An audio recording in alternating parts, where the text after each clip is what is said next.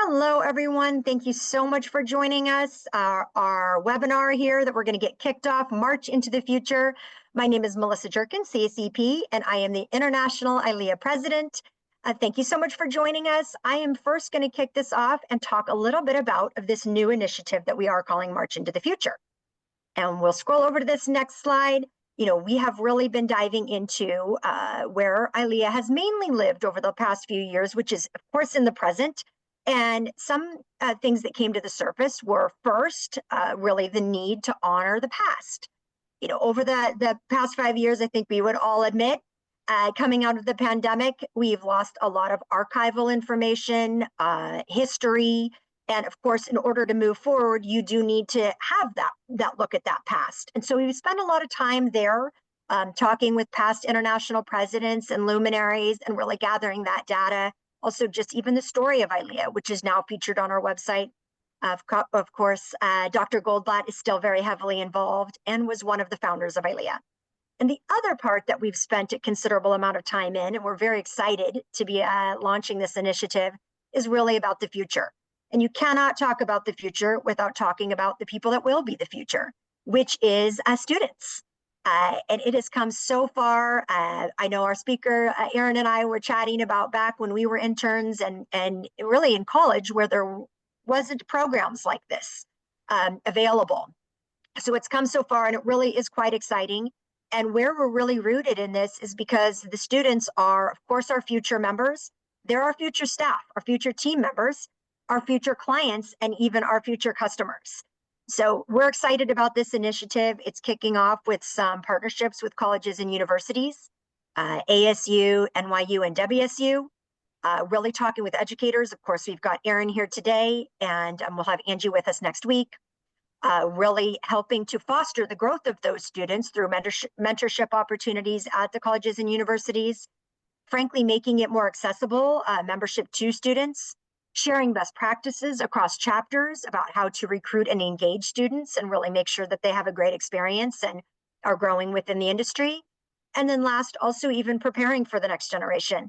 I always get a little laugh. Everyone likes to share feelings about the next generation, and also, that the next generation is not too entirely different from all of us. And I don't know if I would say that. I have found I'm very lucky to work with many people fresh out of college, and I am so enthused by them. And I like to say that they are better versions of us, because they're really caring about the well-being and the balance and taking such a care into social causes and really demanding that. And so I think that's a really neat element to add to our workforce, but it also is going to require some adjustments on our end, and it's all positive. So we're going to be really diving into that next week. So with that, I wanted to share on our next slide that to remove the barrier of finances for students, we are opening our student membership up. Starting on Sunday through Friday, April 11th, student membership is free. It's normally $50 to join. Any students that can just pop NextGen into the code NextGen into our join link on our website, and they will get a 1-year annual free membership. And then we'll be working on different ways that we're going to engage with those students. So for love for you to help us share that. And I have the real privilege here of talking about our presenter, and on our why we're kind of gathering here today is to talk about internship programs. And nobody better to do that than Erin Schneiderman, who is a fellow CSEP certified special event professional and clinical professor at Arizona State University. She works with students on a daily basis and is really going to help us learn. If you're looking at potentially starting an internship program, can be hugely beneficial for students, but also students can be hugely beneficial to you by bringing great new ideas, fresh ideas to the table as well. And she'll also talk about some other opportunities such as mentorship, mentorship opportunities. And so I'm going to go ahead and properly introduce her because she has quite the resume. She worked in the special event industry for a few decades throughout the NFL, and we'll click over into that next slide, into the NFL, and also hosted the host committee for the Arizona Super Bowls. So that is very exciting. And then she's been in the administrative of colleges and universities through Arizona State University and also Thunderbird School of Global Business. And in this role here that she has at Arizona State, this program is absolutely phenomenal. I always joke with Erin that I absolutely want to return to school and be a student at ASU. These programs have come so far that many of her students even get the opportunity to work the Super Bowl, which I cannot even believe. Imagine being in college and working that, how exciting, but also in being able to leave your education really ready to hit the ground running, because there is no bigger event than the Super Bowl or the Phoenix Open, many events like that, that she works tirelessly to get these partnerships and make sure that her students are really able to go out into the world and be ready and be prepared. So I'm going to go ahead and turn it over to her. Thank you so much, Erin, for joining us, and right over to you. Wonderful. Thank you so much, Melissa. It's wonderful to be here today and share a little bit of how organizations like yours can benefit from university partnerships. So, as Melissa said, of course, our internships are top priority. It's a chance for us to take what we teach our students in the classroom and have them experience it for themselves in the real world. We call it experiential learning. I'll talk about it a little bit more and so a little bit of a deeper dive of what our program offers and how you can kind of think about getting involved. But to us, that's everything. It's career exposure. It's showing these students, maybe you came in with one thought of what you wanted to do post college, but I'm going to expose you to so many different areas and companies and networks that maybe that's going to change and you're truly going to find your passion. Passion to me, career exposure is at the heart of everything we do, because as we all know, sitting in the room, this is your job. You're going to do it for maybe the rest of your life. Maybe you'll bounce around a little bit, but really do something that you love and that you're passionate about. And let's figure that out in college so you don't waste time once you're finished. So I do want to preface this by saying that all these photos that you're seeing were deliberately handpicked because I do want to show our audience today and really spark ideas of how your organization may be able to benefit from our students.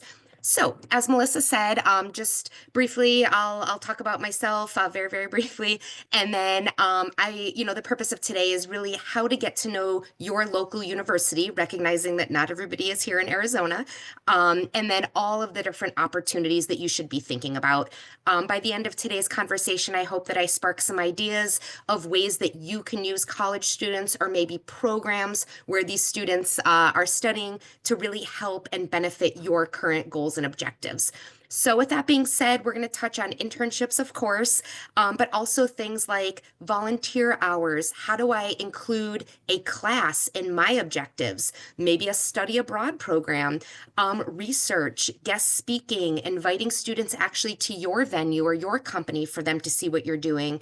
How important these associations are. Of course, you're here, so you already realize that. Recruiting staff for your team, and then finally scholarships. So we have a lot to talk about. But again, I am very happy to be here today and just talk a little bit about how students can make an impact with your organization. So Melissa already gave me an introduction. No need to do it again. That's me on the left. And I'm going to talk a little bit about our school here in a second. And then as my background, yes, I did work for the National Football League, and I was on the host committee when we hosted Super Bowl 42 here in Arizona.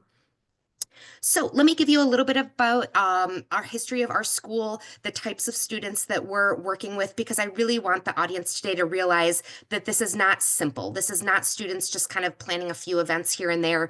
We truly are proud of the programs that we do offer. So we are located in downtown Phoenix, one of 5 campuses of Arizona State University. So you can connect with us. You can check out our website, check out our mission. I'm not going to go into that too much, but I do want to talk about our disciplines. So these are the different disciplines that we offer within the School of Community Resources and Development. And as you can see, every single bullet point has some type of event crossover, which makes us such a great home for the special event management program. That is the program that I direct proudly, and we offer two different types of outcomes. So the first one is going to be a certificate. We ask our students to take 6 required classes, and these are very targeted to make sure when they leave our school, they are completely prepared for the workforce. So we do start with an introduction class, and this is a very fast-moving class. Goal setting, food and beverage, risk management, sustainability, accessibility. Every time we meet, we're introducing them to a different concept. By the end of this class, they are planning their own event. From there, the other 5 classes are a little bit more detail oriented, but we're talking everything from revenue generation, operations, working with vendors, audiovisual, working with entertainment, marketing, and then we do have a capstone class, and this is the real world component. We call this experiential learning. It takes our students out of the classroom. They are hired by one of 2 local Phoenix-based companies, and they do work for them the entire semester. And I'm going to talk a little bit more in detail about that in a moment, because that is companies just like you that came to me with a need, and we figured out a way to fill that need. So that's going to be our certificate program. This is great for a student who wants to marry their major and their minor with just another piece of tangible evidence that they are committed to our industry. The next one is an academic minor. We still have the intro, we still have the capstone, but then a student decides what 3 classes make the most sense for me to create this minor. So it could be anything from fashion to volunteer management to museum studies, right? We're very lucky at ASU because we have thousands of different majors, and we have students that are interested across the university in creating this academic degree in the minor. So I just wanted to prove to you, what we are doing here behind the scenes and how we are educating our students to come to companies like yours fully prepared to make a difference and an immediate impact. So what I want to do is dive into our internship program. I do want to give the caveat that this is not a universally designed internship program. So you are going to have to go out to the local college and university where you reside, where your company is, and ask them. But I wanted to give you a snapshot on how we do things at ASU.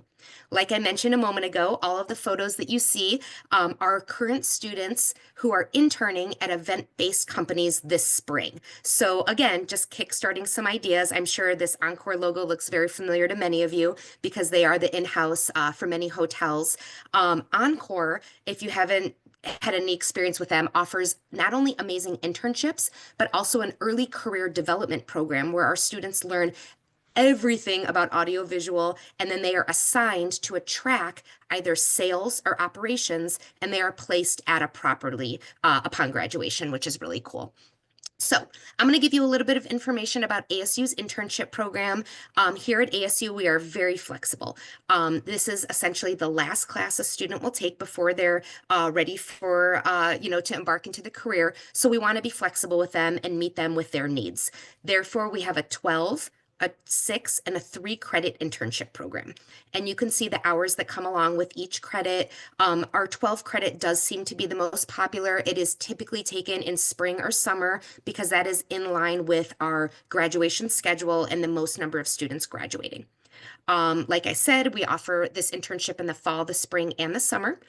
Once a student approaches a possible company, then they work out all of the details between each other. So everything from scheduling. When is the best time for this student to work? Is it a Monday through Friday? Is it hybrid where they come into the office a few days, they're working remotely a few days? Are they in the office, but then out on the event site a few times? They're absolutely welcome to work anytime during the course of the academic semester. And that does include things like fall break, holidays, because we know sometimes events fall on our holidays. So it is a contract between the employer and our student. There's a few things that are really important to us and important for you to understand as an organization taking on as a student intern. Number one is we do need to make sure that our student is well taken care of, and we call that mentorship. We want somebody that they can check in with, that they can ask if they're doing things right, that will make sure they have a steady stream of work coming their way, along with feedback on that work. Because again, this is an academic opportunity for our students. So we're going to do the work behind the scenes as far as their assignments go, but we are counting on the employer to make sure it is a positive experience for the student. So what does a positive experience look like? Number one is mentorship. Somebody that a student can come to and say, this is what I want to do. How can you help me get there? Or here's a few gaps in my skill set. Can you make sure I get exposure to these areas before I graduate from your internship program? Another thing that's important to us is a well-rounded internship. The best example I can give is in the hotel industry, where a student may go into like a Hyatt or a Marriott, a Hilton, whatnot, and they actually get to rotate between all of the different departments. Of course, there's always an excitement. Hey, we're getting a student to come work with us. Let's just put them at the front desk. And to us, that's not really a win because a student doesn't have the opportunity to see how all the different departments work towards one goal. So a well-rounded internship is amazing. Also amazing is an internship that offers the opportunity for employability. So if you tell a student that if you do a good job, if you come in, you acclimate to our culture, you learn what you need to do, we are prepared to take a look at considering a full-time position after the internship is over. That's huge for a student to have that peace of mind that as long as I work hard, there's a chance that I'm not going to have to go through this process again of finding a job. That is really what's going to set you apart as a possible internship host. As I mentioned, on my end, I'm teaching these students in a classroom environment. I actually don't see them very often because the main priority is for them to be working with you and to keeping up with their assignments and their projects on the job. However, I am going to include the academic portion of it. So what does that mean? It means check-ins. I want them to submit their goals to me. I want to know what you hope to accomplish in this internship. There is one assignment where they sit down with the employer and meet with them and ask all of the different questions. How do we prefer to work with each other? What if somebody asks me a question that I don't know the answer to? So kind of starting to set that foundation for how should we be working together. From there, it's a monthly check-in. How many hours have you worked? What's going well and what's not going well. I am still the instructor for the class, so I will still come to the organization if I have to and intervene and say, hey, Joey's not really feeling this. Can we figure out a way to make sure that he's more involved in monthly meetings or whatnot? There is a midterm check-in with the supervisor, the student, and myself. We do those independently so I can gauge satisfaction from the student and then meet with the employer and find out if there's anything, a little bit more privately, not putting the student on the spot that we can talk about. And then at the end of the internship, we also ask for the opportunity for the employer to evaluate them. There's a survey and then also offering them a grade. The reality is the employer is with them way more than I am, and I do want to take that into consideration when offering the final grade.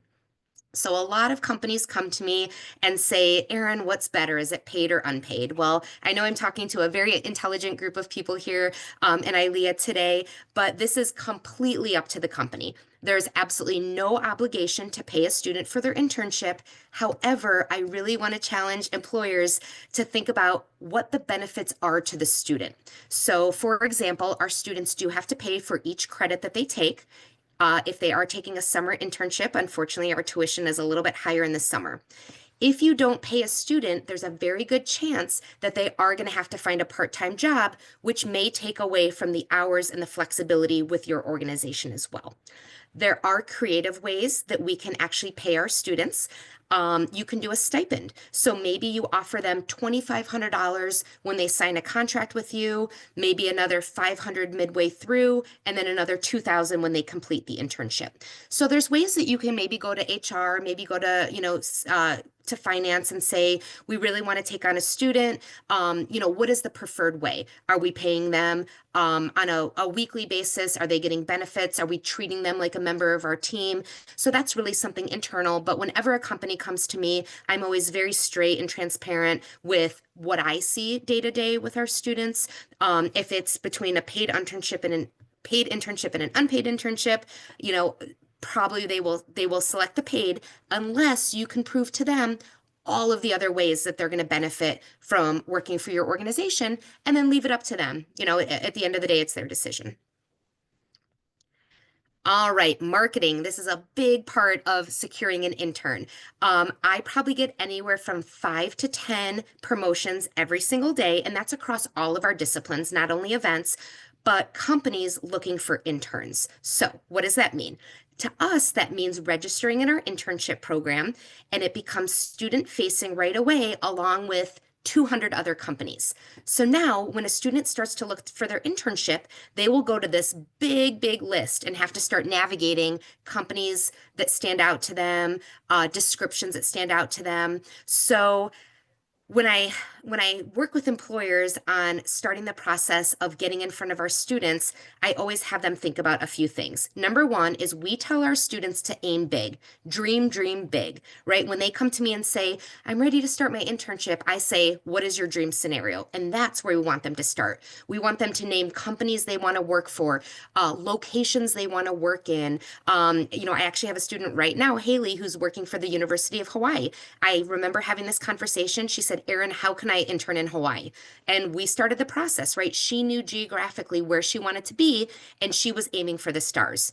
Sadly, it doesn't always work out for all students, right? For many different reasons, they don't get their dream internship, but that is important. So I want to flip that on you as the employer and say you should also be aiming big. What type of student do you want to come work for your organization? What is your culture like? Is it a student that has all these different ideas about technology because that was the generation they grew up in? Is that somebody that's important to bring into your organization?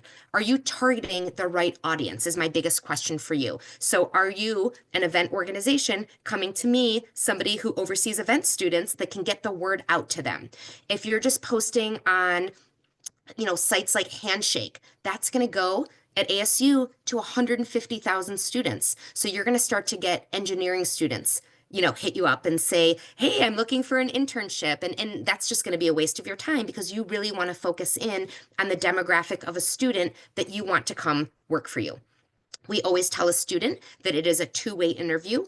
We hope our employer does interview these students, but to us and to our students, you need to be interviewing that company as much as they are interviewing you. Do you get a good feeling about them? Are you asking questions that generate ideas? Do you feel like this is going to be an enthusiastic place for you to go to? I'm very passionate about the event industry, and when students come to me and say, I want to work in events, I kick it back to them and say, well, that's a very big industry that you're talking about. What do you actually want to do in the event industry? And then for our students, and like I just said, this is a foot in the door. Many of our students are superstars, and I say to them, be that student that that company cannot be without, right? Want them to want to hire you when you're finished with your internship. And that's the same approach I would take as a company is let's bring in a student that we think could stay with our company for a very long time.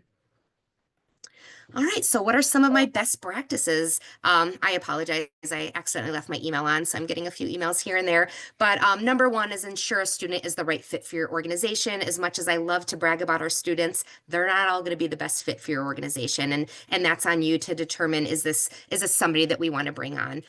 Next up, we are preparing our students for the real world.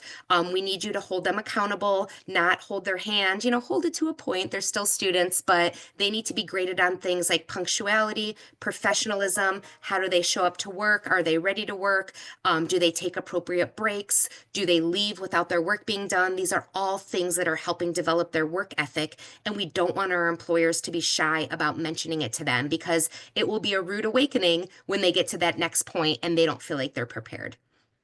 Next up is really get to know your intern. Talk to them. What do they want to do? What do they want to achieve? What can you expose to them now that may help them? Not all of our employers are going to be in a situation to hire our students, but you are in a really nice situation to help them move to the next level. Who do you know? What do you know? How can you help them in those types of areas, which go such a long way with our students to be able to tap into your networks and help them move along on their path.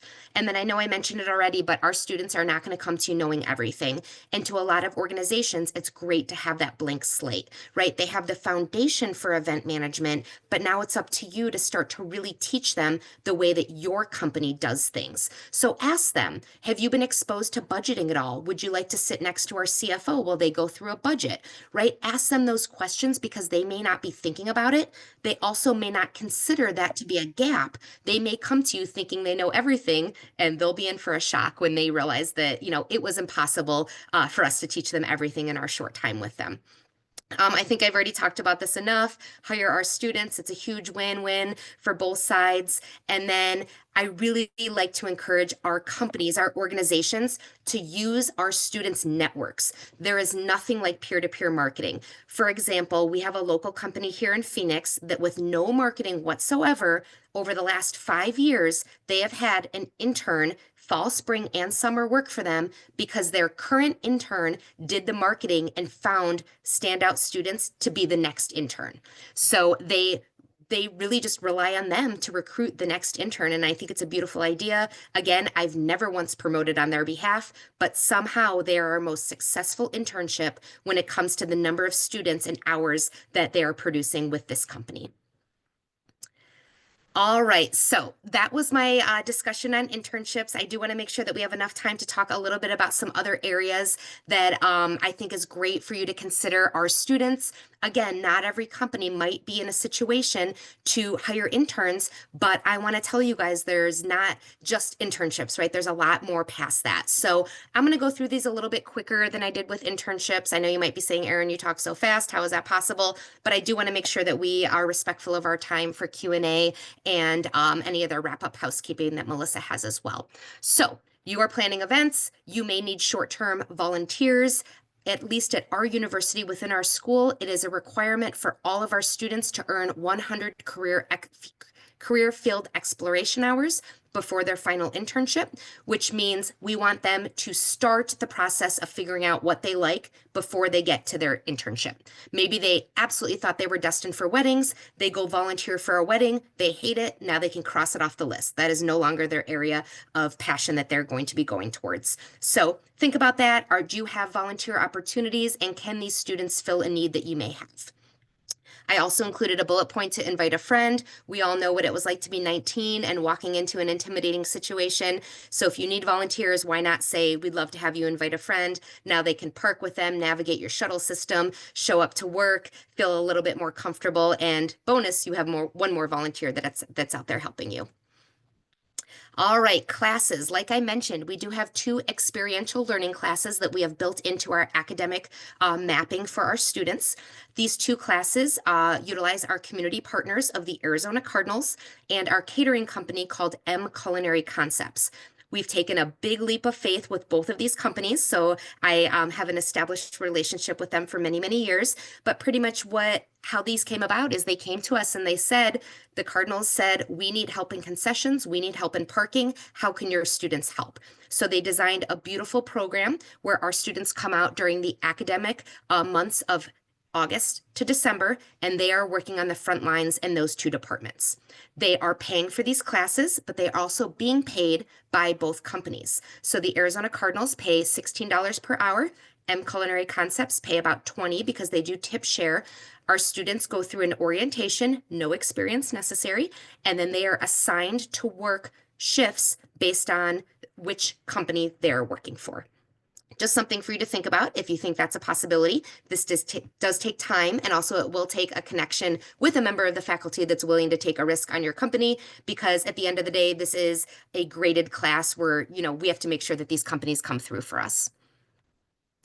And here's just some fun photos when I run into my students on the job, just attending events and seeing my students serving, is just such a proud moment for me. This was our first class down here at the bottom. It was so large because we did host a Super Bowl that year, so all these students got to work Super Bowl, which was pretty cool. But they are getting the training, and we do believe that these 2 companies are giving them the foundation for going out and starting to work for companies with similar backgrounds. All right, study abroad. This is also something to think about. Unfortunately, this trip did not happen, but we did partner with the Society for American Baseball Research. We were going to be planning and helping them with the logistics for a major convention held in Baltimore, as you can see by the dates, right during COVID, so it never ended up happening. But again, it's an opportunity to think, okay, I'm planning a conference in this location. How can I bring a group of students with me? Study abroad can be overseas, but it can also be domestic, which you might be saying, wait a minute, this was in Baltimore. How is it study abroad? But it is absolutely acceptable to charge students to take a class and then to bring them out to your event and treat them as members of your team. We also had another opportunity with Melissa. I was going to bring a group of students to the Pacific Northwest, also canceled due to COVID, but we were going to meet with a lot of different companies in her neck of the woods and really thought that we put together a very strong 2-week program. And it was based on the Anacortes Art Festival. So that was going to be the major event that we did help support. All right, research. You've just planned an amazing event. You had 100,000 people there. Did you think about the economic impact study? This is absolutely something that students can support. It does not come out of a school like mine, but it would be a business school. So if you have a university with a business program, which I believe most should have, that could be an interesting partnership for you to reach out to and say, hey, we're planning this large scale event, and we've always wondered, where are these people coming from? How much money are they spending in our community? What else are they doing while they're here? Really studying the tourism effects on that. On-site serving, that might be another area that would be important to you in your event, that you can absolutely utilize students. That would be a situation where you partner with a faculty member who does research at a college or university and then hires students to do the surveying and do the outputs there.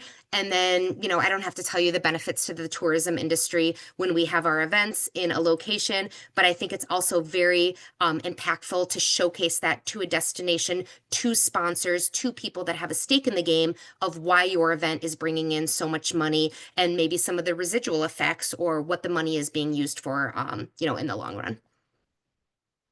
Guest speakers. I included this picture. I know it's a masked picture during COVID, but I'm not sure if anybody knows Will Curran, proud graduate of our school and our event management program. I had to look him up on LinkedIn and realize he just moved jobs. So he was with a local company that he started here in Phoenix, went to Bizzabo, and now he is at Voxos. So he is a proud alum of our school. He loves coming in. He used to come in all the time and talk to our students. And really, it's just an opportunity to share what you know, to embark some words of wisdom, to talk about events, but really it's a great opportunity to pitch employment, volunteer, internship opportunities. If you think about it, if you say, hey, Erin, we need some, you know, interns, and you send me a flyer and then I distribute it and maybe it gets looked at, maybe it doesn't, think about the vast difference between actually coming in and having that one-on-one interaction with these students. If anybody does know Will, he is an extremely dynamic speaker. So think about that. Think about who you're going to send into our classrooms. They don't want to see presentations. They want to get that conversation going. They want the speaker to be interested in them and their career goals.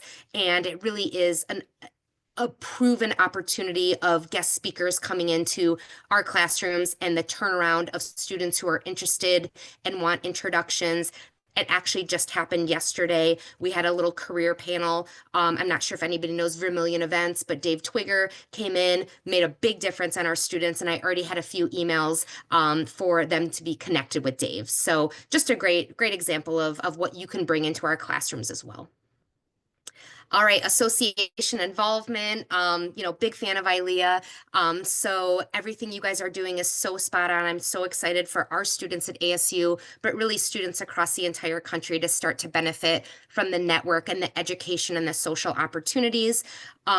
Thinking about student memberships, great idea. Who doesn't love a free membership? Absolutely. I know I'll be pushing that really hard to my group of students. But there's some other things that I've seen along the way. Student competitions. PCMA does a really cool, it's called the North American Student Case Competition, and that's something very tangible. So what that looks like, and I've only done it one time, so I can't speak to their current model, but they put together a need, right? What's a challenge, and then how is your group of students at your university going to come up with solutions? The winner gets to come to their conference. They're spoiled. They get a free admission to their conference. They get to come on stage and get their trophy. And I think actually it's competition based at the conference where maybe they invite the top 3 schools and then they battle it out in front of this huge audience, and that's where they announce the winner. And that just sparks so much excitement and so much involvement, not only from our students, but also from the business community. reduce prices, think about what it was like to be a student and having to decide should that money go to, my next meal, my housing, or to a conference, right? So just something to think about.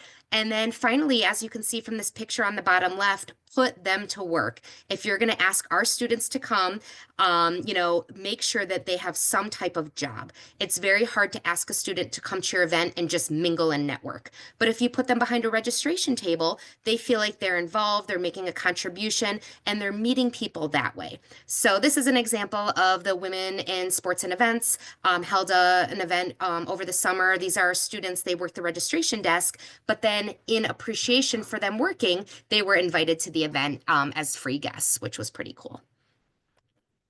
All right. And then, of course, think about how you can recruit our students. We have a conference called Focusrite that comes to Phoenix every other year. And we have a great relationship with them to the point where they reach out to me about 6 months ahead of time. We're coming back to Phoenix, Erin. We want to hire your students. And our students actually make up their workforce. So they have their event, team, of course, but it's really our students that are the ones behind registration, holding up the 5 minutes left sign, welcoming guests into the room, scanning their credentials. I will say Focusrite does it better than any company I've ever seen. Not only do they pay our students, they pay for parking, but they treat them as guests of their event. So our students are getting to eat breakfast, lunch, and dinner. They're getting to come to their networking events. They're made to feel that they're not just working, but they're a part of this. And the reason why it works so beautifully for this specific conference is because it's a conference based on our students' area of interest, which is tourism. So if you are in a situation where you're planning a conference, think about that content, right? Maybe it is engineering. Maybe you should tap into the engineering students at your local university. Don't forget about our event management students because they have something different to offer, but it is always a very exciting opportunity for our students to come to this conference. So much so that I think we're going to be sending some students to San Diego next year because that's how much confidence this team has in our students coming out and acting as an extension of their team. All right, and then I think this is my final slide, scholarships. We're not asking for a $100,000 scholarship to help put our student through college, but think about it. Does your company have the bandwidth to maybe give a little something to a student? And what that means is, of course, you're helping offset maybe a portion of their semester in school, but the marketing that comes along with that is paramount because we make a big deal about students that receive these scholarships. So this is just one example. We do have the Phoenician Scholarship. If anybody's familiar with our beautiful resort here in Phoenix, the Phoenician, really it was just a matter of them coming to us and saying, we want to invest in your students, and here's what we're looking for. So they're looking for tourism students, hopefully in our hotel and resort leadership program, because that's going to be a student that will get maybe first look at when it comes to their internships. They need to have a interest in moving along within our industry, and then there is an academic requirement that comes along with it. So this is a great win-win for us as well. It puts the Phoenician on center stage when we do show and celebrate our students, but also it does show our students that our community does care. And that is my final slide. Our community at ASU means everything to us. We cannot train our students without our community. We cannot set them loose into their careers without our community. We are lucky in Phoenix to have a very strong event community, but we do cultivate that all during the year. So it is a matter of keeping in touch with these companies, asking what they're looking for, asking if there's any gaps in what we're doing on the education level that we should be filling better before we set these students towards their companies. So this is just our one opportunity to showcase how much our community matters to us. When the world shut down a few years ago and there was not one event for our students to work, we found an event. So it was our students on the front line of our vaccination, of our vaccination efforts here in Arizona. I had students sitting in my classes that were so shy they wouldn't even acknowledge me. And those were the students that took on overnight shifts as leaders out there helping get people through the lines. They filled up the beverages, they made sure the restrooms were clean, and they had that interaction. And really proud to say that our students within our special event management program served over 15,000 hours that year that we vaccinated our state. So that again, it all comes down to partnerships and companies like you that take a leap of faith on our students, that recognize they may not be perfect coming out of school, but they're willing to learn. And as Melissa said, they are truly our future. So let's see, my last slide, I know I've said that 3 times now, but you might be saying, I love what I hear. How can I do this, right? It's not always obvious who the people are in the right spots that you should go to. So of course, number one is do your research. I would start with, looking up your local colleges and universities. We actually do have event programs in our community college system. Scottsdale Community College here does offer a 2 to 4 year degree in event management. So it's not just your major universities. Think about, across the board, how can I get in contact with these professors that are teaching event management? I will say I am not the only one. We are able to go to Super Bowl because they do offer a teammates program where we are only one of 40 colleges and universities that have, it could be sports business, it could be sports tourism, it could be event management, but they're out there. I also meet up with a lot of my colleagues at IMEX. There is a faculty track. So I would do a little bit of research on some of our conferences and then figure out, are there faculty members that will be at this conference that I could maybe, talk to and set up some meetings with. Professional associations. I will say faculty love to be involved in associations. The one thing is it is cost prohibitive. We get a very small amount of professional development money. And unfortunately, it's just enough to maybe attend one conference. I would love to join every professional association that I possibly can, but it would come out of pocket. So think about that. Not only a student rate, but maybe also a faculty rate, and then hold faculty accountable to get involved, right? In exchange for maybe a reduced rate or a free membership, we're counting on you to at least get 10 students to every one of our upcoming events, right? So figure out some type of partnership that might work well. And then, of course, inquire within your own community. You'd probably be surprised to learn that many of your event professionals possibly studied event management. So ask them, where did you go to school? What did you study? Back in the day when I was, a student, I did not study event management. It wasn't a thing, but it is definitely more popular today. So ask around, right? You might be surprised with some of the colleges that do offer a program. It might not be called event management, but it might be tourism and events, hospitality, right? Think about some of those keywords. So I hope I didn't overwhelm with information, but again, thank you so much for having me here today. I've included my phone, my email address, and then I would love to connect with everybody on social media. It's a great way to see what we're doing and how we're embedded within our community, and maybe again spark some ideas for how you might be able to use college students in your future endeavors. So thank you again. I'll turn it back over to Melissa. Erin, thank you so much. It's absolutely remarkable to see the evolution of this program, and just to think, I was really honed in on internships, and I am astounded to see all of the other ways in which you can engage, even on one-off of events. I had never thought about that. So there's a plethora of ways. It's so neat to see what an experience it is for students, and again, that they are so well prepared. When I think back to my own college education, which it was phenomenal, but you didn't really have that real world experience. And what they're getting now is it's unbelievable. I'm very excited about where the future is with this in mind. And I did have a couple questions. It was also neat to see how many companies are coming to you with interest in promoting their internship. It seems like that has really grown considerably. Yeah, I would say, it's word of mouth, and it's this idea where maybe a company's really struggling, they're not sure where to get people, and then all of a sudden this light bulb goes off, like college students. And I think it ebbs and flows, and but for the most part, I do get a lot of inquiries on how can we, oh, sorry, did I maybe advance that? How we can use our college students to fit these needs. And that Cardinals and M Culinary example is a perfect example of some of these entry-level positions that some people just don't want to do, right? We hear about it all the time in our industry. It's hard work, and it's not for me, or I thought that I would be the one pushing the stage for the halftime show. And it's like, no, that's not the type of people we need. We need to keep things going on a different level.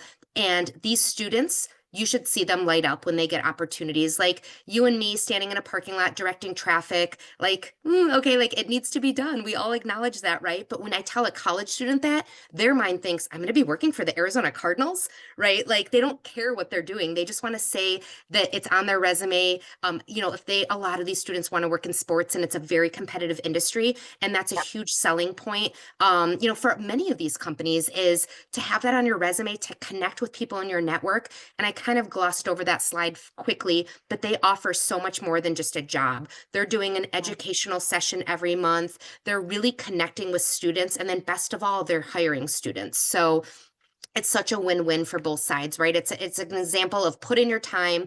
But when we put in our time all those years ago, I might have put in my time for 5 years before I saw a better opportunity. And now they're advancing within these companies faster because companies realize that's kind of the generation. And if they're not moving along, they'll find somewhere else to move along with. Yeah, I love that a lot of the internships are also kind of rotating the students around. Mhm. So it is such a well-rounded experience rather than sort of focusing on, okay, they're in the marketing department, for the next 3 months for this season. Even if it's guest speaking or, as you said, shadowing the CFO, what insight there to be able to learn straight from the beginning, the financial side of it, which we all have is critical to know. You also mentioned marketing, and it seems like one of the most sort of the biggest opportunity there really is in serving as a guest speaker. I mean, would you say that to if you are going to launch an internship program at your company and you want to bring in new interns, it really is about kind of getting in front of the students and talking about what your company does so that they would be able to have an inside view of kind of what they would be working on.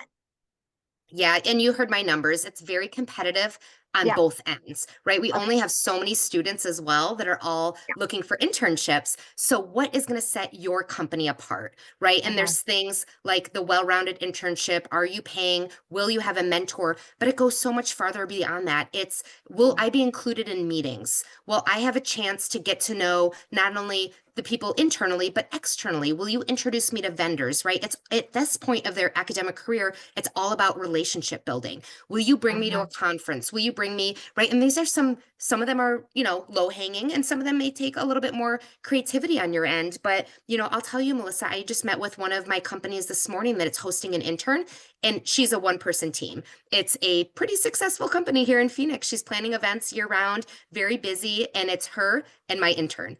And you might say, like, how Mm. can I even think of work that gives him a well-rounded experience? But think about it. When you have a small company, you're doing everything, right? So she sits down with him and they look at spreadsheets and they look at venues and things that help her, that are just busy work to her. He's filling that void, right? And in return, Mhm. he's learning all of this.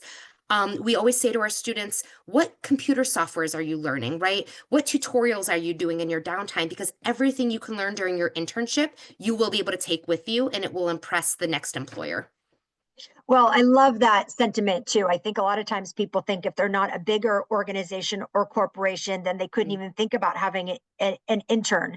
But that is a great example. And that student Mhm. will come out with a very well-rounded experience because they're also learning the business side of running a Absolutely. business, which is very Absolutely. critical. Mhm.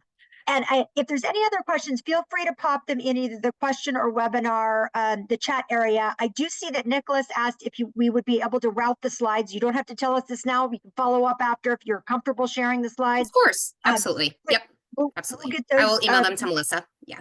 Sounds good. And we'll get those out. We will also be sharing this recording too, just in case you didn't get all the notes caught. You can catch all your notes, or you want to watch back or share it with somebody else. We'll get that up and running. So again, thank you everyone for joining us. Again, Erin, thank you so much. I think this is a Pleasure. really impactful. As I said, I'm excited about the students coming up. I'm excited about programs like this. It's neat to see the evolution of our industry as a whole. And everyone, don't forget, recruit students starting Sunday, free through April 11th. It is Next Gen is the code. And then feel free to join us next week as well. We've got a quick slide on that. Next Thursday, Angie Center from WSU Washington State University will be joining.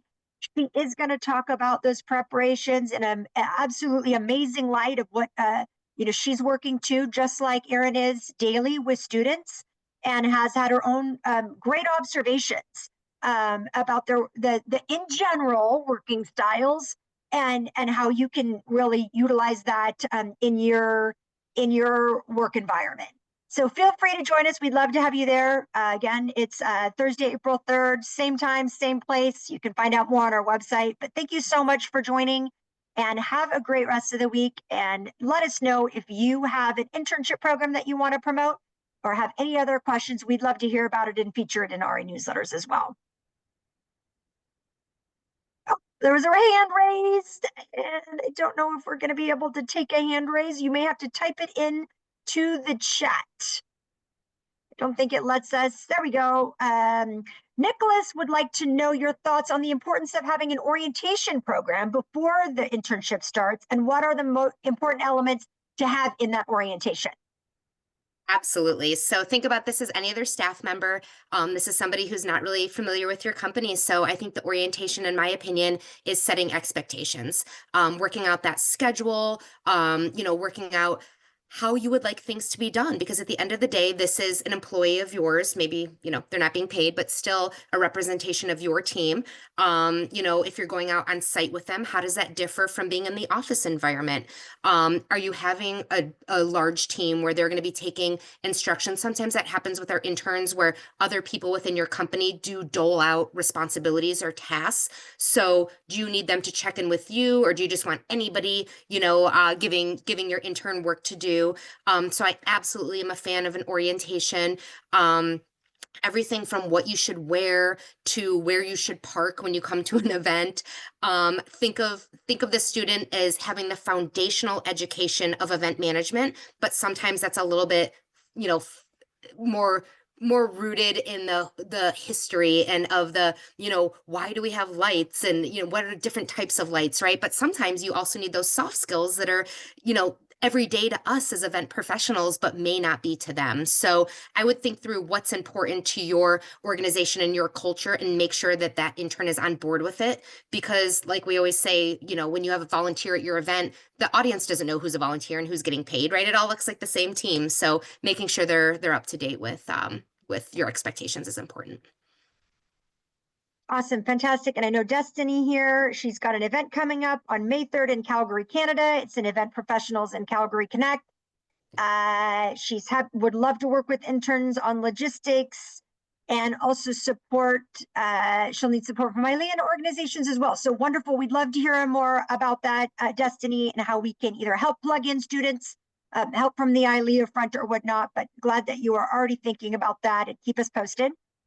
And then I would actually add that to Melissa, Yep. like that's a really good point.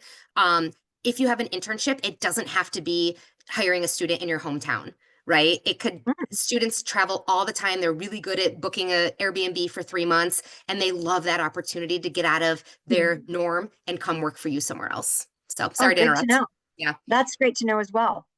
Awesome. Well, thank you everyone for joining us. Again, thank you so much, Erin. I know you have a super busy schedule. We are thrilled that you were able to join us, and what's to come with our partnership with ILEA and Arizona State University as well. So great chatting with you all, and have a great rest of the Thursday.